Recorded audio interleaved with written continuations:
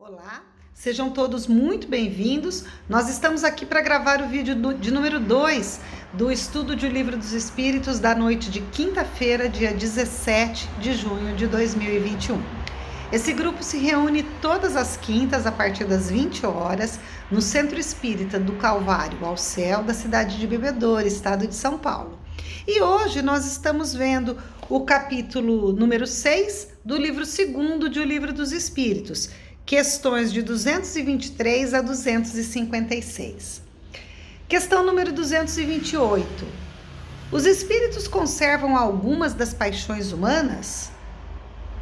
Respondem os espíritos, o espírito de verdade.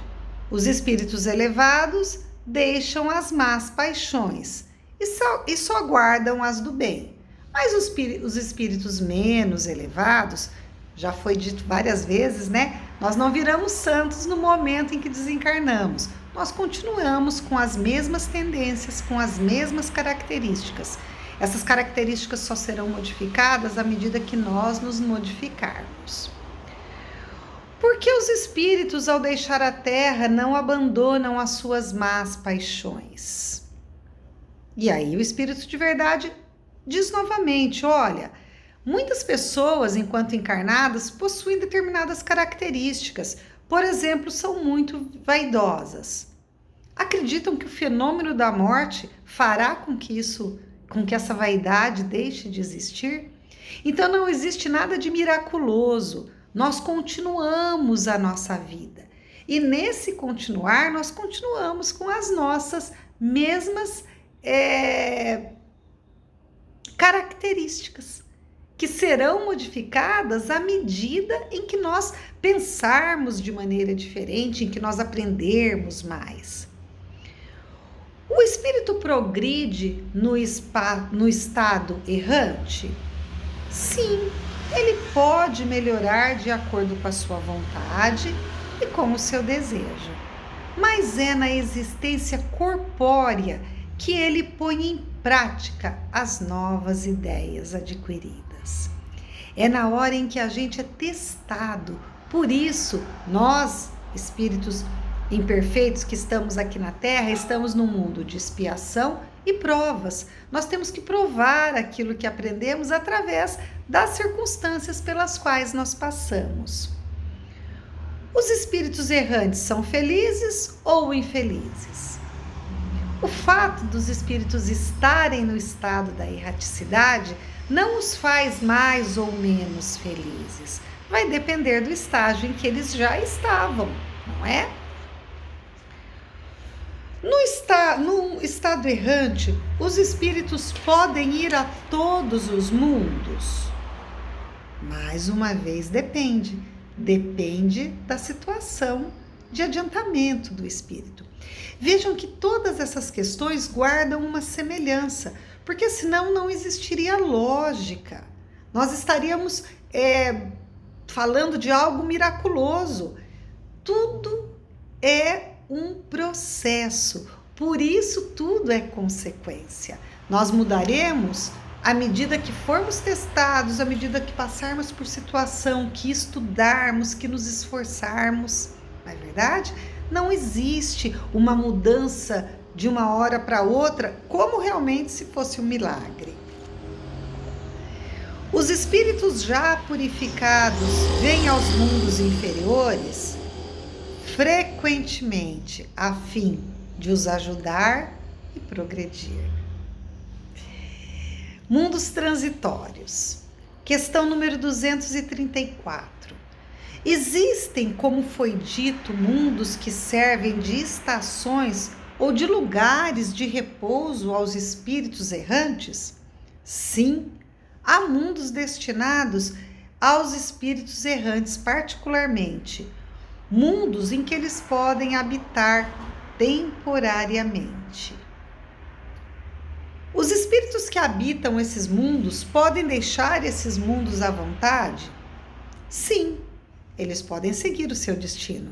A partir do princípio de que é um acampamento, um estágio, no momento em que estiver programado e que for necessário o reencarne, ele vai deixar esse mundo. Os espíritos progridem durante essas estações nos mundos transitórios?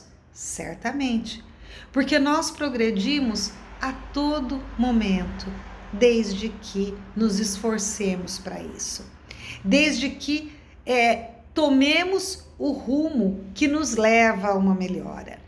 No dia a dia, não existe um dia específico dentro da nossa encarnação em que a gente diz, não, aqui nesse dia eu vou melhorar, nos outros dias eu não vou.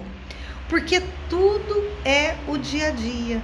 Então, todos os dias nós deveríamos melhorar, porque a gente deveria errar menos, ser hoje melhor do que ontem. Portanto, não cometer os mesmos erros, os mesmos deslizes. Portanto, buscar fórmulas melhores, mais elaboradas, mais solidárias da gente agir, da gente pensar, da gente tocar a vida. Então, esse adiantamento, ele acontece a todo instante, inclusive no estado da erraticidade. Os mundos transitórios são perpetuamente destinados aos espíritos errantes? E diz o espírito de verdade, não, apenas transitoriamente. Percepções, sensações e sofrimentos dos espíritos. Questão número 237. A alma, uma vez no mundo dos espíritos, tem ainda as percepções que tinha na vida enquanto encarnado, na vida encarnada? Sim, e outras que não possuía, porque o seu corpo era como um véu que a obscurecia. A inteligência é um atributo do espírito, mas se manifesta mais livremente quando não tem entraves. Os espíritos conhecem o princípio das coisas? Depende do seu estágio evolutivo.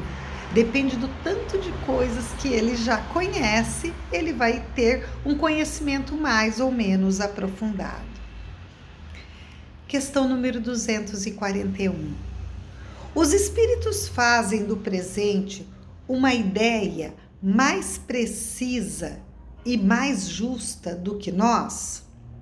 Responde o espírito de verdade, mais ou menos como aquele que vê claramente tem uma ideia mais justa das coisas do que aquela pessoa que não consegue ver.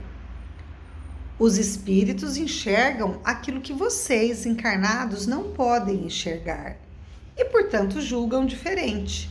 Mas ainda uma vez, isso depende da sua elevação. Os espíritos conhecem o futuro? E essa é uma questão muito interessante, porque muitas pessoas ainda nos dias de hoje têm o hábito de buscar saber dos espíritos o que vai acontecer. Buscar espíritos que digam, que façam previsões, o que vai acontecer, o que não vai acontecer, como que vai ser. E o espírito de verdade responde, depende da sua perfeição. Então, um espírito que se apresente para prever alguma coisa, dizendo que conhece o futuro, e essa coisa, e essa informação for de extrema futilidade, nós temos que ter muito cuidado, porque não pode ser um espírito sério. Um espírito sério, trabalhador, instruído, adiantado, ele não vai se ocupar de algumas coisas que são frívolas, como, por exemplo, se a pessoa vai casar, se a pessoa não vai casar, se vai ganhar na Mega Sena, se não vai ganhar na Mega Sena, não é? Se vai ficar rico, se não vai ficar rico, se vai mudar de cidade, se vai mudar de país. Ora, qual a importância disso mediante tantas questões que existem? Será que um espírito da estirpe de Jesus estaria preocupado com esses acontecimentos? Ou as preocupações são mais num nível macro, onde se é possível beneficiar e encontrar soluções para questões que podem auxiliar muitas pessoas? Então nós temos que ter essa esse senso crítico, esse lado crítico na hora em que somos abordados por uma questão, por exemplo, de alguma pessoa que diz: eu fui numa pessoa em que o espírito prevê o futuro. Então, muito cuidado com isso. Os espíritos chegados à perfeição absoluta têm completo conhecimento do futuro?